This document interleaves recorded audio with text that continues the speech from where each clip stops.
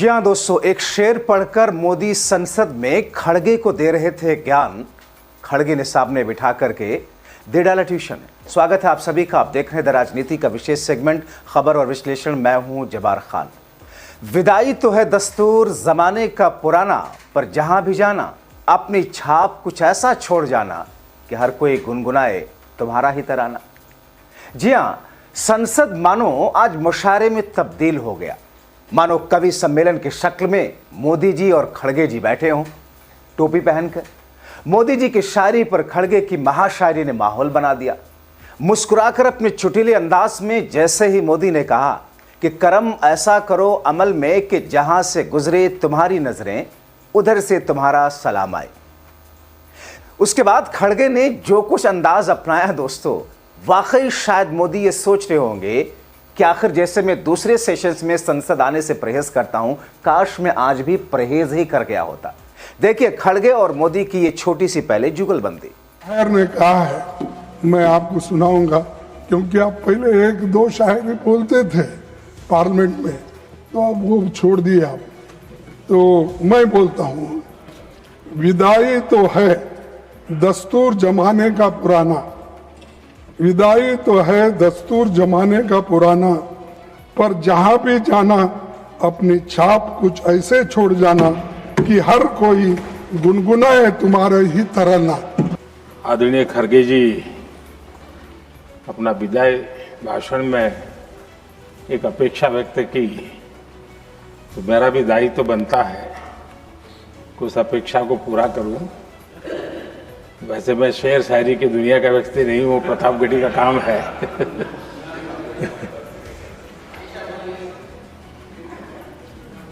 करम ऐसा करो अमन में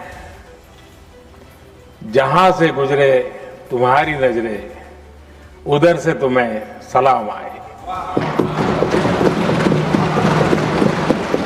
अब दोस्तों, इस जुगलबंदी को देखकर लगता है कि हमारे देश में पार्टियों के बीच इतनी नफरत तो नहीं है कि सौहार्द दूर दूर तक नजर न आए।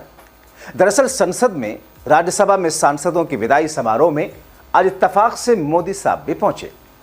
वैसे मोदी आमतौर पर संसद में दिखाई देते नहीं हैं। हाँ, जब उनके लिए बोलने का वक्त होता है, जब उनको डायलॉगबाजी करनी होती है, तो संसद में अवश्य होते ही है। तो फिर ऐसे में मौके की नजाकत भाप करके मोदी के सामने खड़गे ने वो मुद्दे उठा दिए जो मोदी की दुखती रग है, जिसको सुनने के लिए मोदी आमतौर पर संसद में नहीं होते हैं। मगर आज इत्तेफाक से वो राज्यसभा में विदाई हो रही थी सांसदों की, इसके लिए संदेश जो देना था, तो मोदी साहब पहुंचे थे। भाई चर्चा तभी होगी सोशल मीडिया पर ना कि मोदी साहब ने क्या क्या बोला है, क्या डायलॉग मारा है। खैर, मोदी साहब आए थे, संसद में विदा ले रहे थे सांसदों को मैसेज देने, मगर तभी कांग्रेस अध्यक्ष खड़गे ने मोदी को नसीहत दे डाली। कैसे, जरा सुनिए उनको। उसकी सिटिंग्स और बढ़े और जनता के मुद्दों पर गंभीर चर्चा हो। प्राइम मिनिस्टर भी यहाँ है, मैं उनसे निवेदन करूंगा कि बहुत दिन लंबा सेशन चलने से डिस्कशंस अच्छे होते हैं। कहीं इम्पोर्टेंट बिल को हम कम समय देते हैं और कहीं और भी अब चंद बिल को या चंद कार्यक्रम को हम 4 घंटे 8 घंटे और चंद बिल को हम 2 दिन 3 दिन देते हैं। तो ऐसा नहीं होना चाहिए। आप सबको मौका दो, 2-4 दिन ज़्यादा एक्सटेंड करें तो परवाह नहीं, लेकिन लोगों को उसके बारे में मालूमात होनी ये है। और ये काम हमारे प्रधानमंत्री जी करेंगे। ऐसा तो आप कम बैठते हैं, लेकिन फिर भी अगर ज़्यादा दिन हमको मौका मिला, हम लोग सभी मिलके आपको अच्छा बिल देंगे, स्टैंडिंग कमेटी का अच्छा रिपोर्ट देंगे, सारी चीज़ें भी हम करेंगे। तो ये मैं आपसे चाहता हूँ कि पार्लियामेंट को ज़्यादा दिन देने का मौका प्राइम मिनिस्टर हमको देंगे। गरीबों, कमज़ोर तबकों को, किसानों और मजदूरों के हित के मुद्दों पर ज़्यादा बात हो सके। अक्सर जब हम ये मुद्दे उठाते हैं तो सत्ता दल इसे आलोचना मान लेता है और बिना सुने खंडन करने लगता है, जबकि सरकार को जनता की चिंताओं पर गंभीरता से गौर करना चाहिए। सभापति जी, सीमित अवसरों में भी जब सांसद अपनी महत्वपूर्ण बातें रखते हैं तो कई बार उन्हें कार्रवाई से हटा दिया जाता है। और जबकि मेरा खुद का अनुभव है, मैंने आपको 2 लेटर लिखा, मेरी अनपार्लियामेंट्री शब्द उसमें कोई नहीं थे, क्योंकि थोड़ा 1-2 शब्द आप अगर हटाएंगे वो पूरे सेंटेंस का मीनिंग चले जाता है। तो इसीलिए आप इसको गंभीरता से लो, क्योंकि सडनली इसको हटाओ, उसको हटाओ, ये शब्द को हटाओ, ये सेंटेंस हटाओ, तो इससे बहुत बड़ा नुकसान डिबेट का ही नहीं, आने वाले जो लोग हमारे प्रोसीडिंग्स पढ़ेंगे वो कहेंगे ये क्या अपोजिशन लीडर ने बात किया, जो मीनिंगलेस ये बात होती है। तो कम से कम मेरे को इस उम्र में वो सर्टिफिकेट तो मत दो जो मीनिंगलेस बात किया है। तो मैं ये चाहता हूं।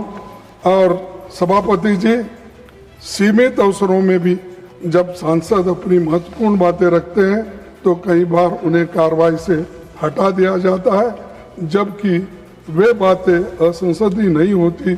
शब्द हटने से कही हुए बातों का अर्थ भी बिगड़ सकता है। मेरा मानना है कि समय समय पर राज्यसभा के रूल्स और प्रोसीजर्स की समीक्षा आवश्यक है। यह विषय अभी जनरल पर्पस कमेटी के समक्ष विचाराधीन है और इस पर गंभीरता से विचार होना चाहिए। तो वो आपके हाथ में है, आप ये कर सकते हैं। तो रूल्स ऑफ प्रोसीजर में अगर ठीक ठाक कर दिए तो यहाँ कुछ होने वाला नहीं है कि यहाँ आपको कोई, एक पार्लियामेंट्री डेमोक्रेसी में तो क्रिटिसिज्म होता है, आप भी मुझे कुछ बोलेंगे, मैं भी आपको कुछ बोलूंगा, ये डेमोक्रेसी का तरीका है। हाँ ठीक है, अगर हम गलत बोले तो कभी कभी हमको शर्मिंदा होना पड़ता, अरे ऐसी हमने गलत बातें बोली, ये ठीक नहीं है। लेकिन गलत को भी आप सच करने की बात सोचे तो वो ठीक नहीं रहता। तो इसीलिए मैं आपसे यही चाहूँगा कि आप इस वक्त फिर एक बार ये रूल्स ऑफ प्रोसीजर को आप देखेंगे, ऐसा मैं निवेदन करता हूँ। अब बारी थी मोदी की बोलने की, मगर मोदी ने एक बार में नहीं कहा कि सत्ता पक्ष की कोशिश ये रहेगी कि सबको सुनने की, बिल को बिना चर्चा के पास ना कराने की, संसद में सौहार्द दिखाने की रहेगी। ये सब मोदी नहीं बोले, मगर एक ज्ञानी बाबा की तरह ज्ञान झोंकने लगे। सुनिए मोदी बाबा को। मुझे पक्का विश्वास है कि जिनको इस बार जाना नहीं है वो भी, जो नए माननीय सांसद आएंगे उनको उनके अनुभव का लाभ मिलेगा और उनका योगदान भी सदन को और समृद्ध करेगा, ऐसा मेरा पूरा विश्वास है। आदरणीय सभापति जी, हम लोग जानते हैं कि जीवन में या सार्वजनिक जीवन में जब भी कोई महत्वपूर्ण निर्णय करना होता है तो परिवार के लोग बैठ करके मन बना लेते हैं कि ऐसा करना है, लेकिन फिर भी कहते हैं अरे ऐसा करो, उनसे जरा पूछ लीजिए, एक सेकंड ओपिनियन ले लीजिए किसी वरिष्ठ से। और घर में वरिष्ठ नहीं तो कहेंगे मोहल्ले में देखो भाई वो काफी अनुभवी है, जरा उनसे पूछ लो एक बार उनका मन क्या करता है। अगर कोई बीमार है तो भी कहते हैं यार ऐसा करो भाई, एक और डॉक्टर से जरा ओपिनियन ले लो। सेकंड ओपिनियन का बहुत महत्व होता है। मैं समझता हूं हमारी संसदीय प्रणाली में ये सेकंड ओपिनियन की बहुत बड़ी ताकत रही है। एक सदन में कुछ निर्णय होता है, दूसरे सदन में फिर आता है सेकंड ओपिनियन के लिए। अगर इस सदन में होता है तो उस सदन में जाता है सेकंड ओपिनियन के लिए। और ये सेकंड ओपिनियन उस सारी बहस को, उस सारे निर्णय प्रक्रिया को एक बहुत बड़ा नया आयाम दे देती है। और वो मैं समझता हूं कि हमारी निर्णय प्रक्रिया को समृद्ध करती है। अब दोस्तों, मोदी जी संसद में जो कुछ बोलते देखे, खास तौर पर, खास करके सेकंड ओपिनियन पर जो कुछ उन्होंने कहा, तो फिर वो विपक्ष के सुझाव को सेकंड ओपिनियन के तौर पर क्यों नहीं मानते हैं? यही तो सवाल है। जाहिर तौर पर ये वो स्थितियां हैं जिन स्थितियों से सरकार भागती है, मगर आज इत्तेफाक से मोदी संसद में फंसे और माहौल शेर व शायरी, महाकम्मेलन, कवि सम्मेलन, मुशायरे वाला हो गया। आप क्या कहेंगे? इस जुगलबंदी के साथ साथ संसद के भीतर सत्ता पक्ष के लिए लोकसभा के स्पीकर और राज्यसभा के सभापति के तांडव का अपनी राय जरूर लिखें।